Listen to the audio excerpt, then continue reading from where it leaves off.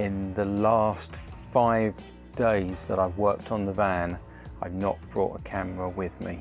I've been working on the van without the camera. Using the camera does slow me down. Now, the downside is I don't have a document of what I've done on the van. What I'm going to do tonight is I'm going to give you a quick recap. Okay, there's a fair amount. You probably can see already the switch to tongue and groove. Didn't actually want it from the start. The plies too flimsy, too soft, too bendy. It wasn't the right material for the sealing. So it's flat. It is flat. It just is tongue and groove. I don't know yet whether I'm going to have the tongue and groove going down across onto these bits here. If you're going to do this, if you've got the option of having someone with you, take them up on the offer.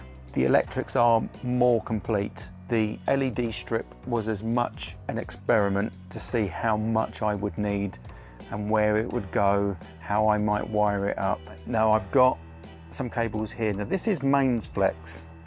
I'm using it for the LEDs. I'll just put 4. I don't know how many I'm going to need. I measured the voltage drop from down here up through here, through the switches and the fuses, and up through here and down here, and all the way down to the pump at 0.1 of a volt voltage drop between the battery and there. This is the water pump, by the way. Excuse the mess, I am still working on this. This is just a temporary worktop here, just an off-cut apply.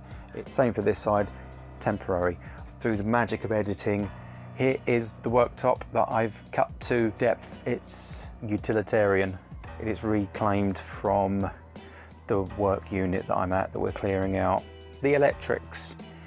The MT50, it uses Ethernet cable. The one that comes with it is long enough for me to put it in the next vehicle behind me, following in traffic.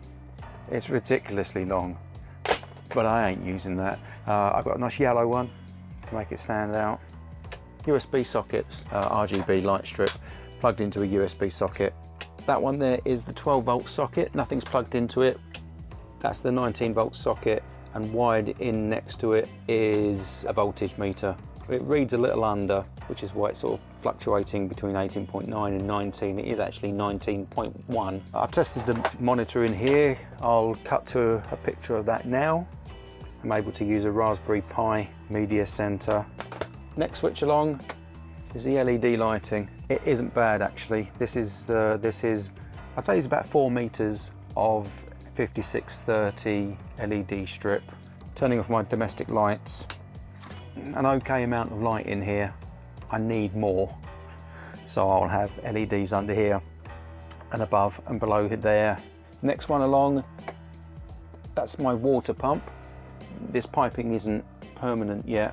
This runs at quite some pressure, so it will leak until I have the permanent plumbing in and that O-clip is on nice and tight. From the C-flow pump, it goes into these 2 adapters. That goes into a 1/4 inch push bit.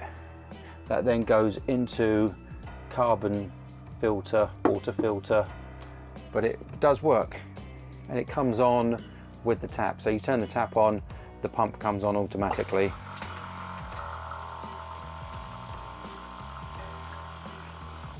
Turns off automatically. The last of the switches is the max fan, which is now wired in.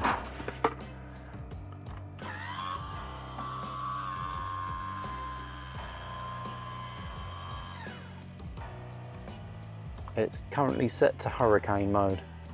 The cable runs underneath the ceiling, goes down in that corner, so that's all right. My to-do list is finish this ceiling, L-shaped aluminium to go down here on this step. Now, if you follow me on Instagram, you will have seen this step. So that step is done, it all lines up, and there's the aluminium strip there, because it's very thin and I didn't want visible screws. The vinyl goes almost to the corner, and up here it goes almost to the corner with a bead of sticks like shit. And then I stuck it down, it's solid, that's not going anywhere. Again, on Instagram, I posted a picture of the kickboard here.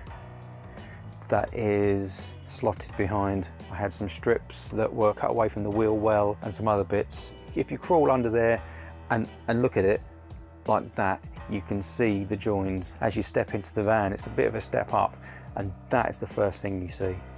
So there's that kickboard, and I think it looks awesome. This is a grab rail.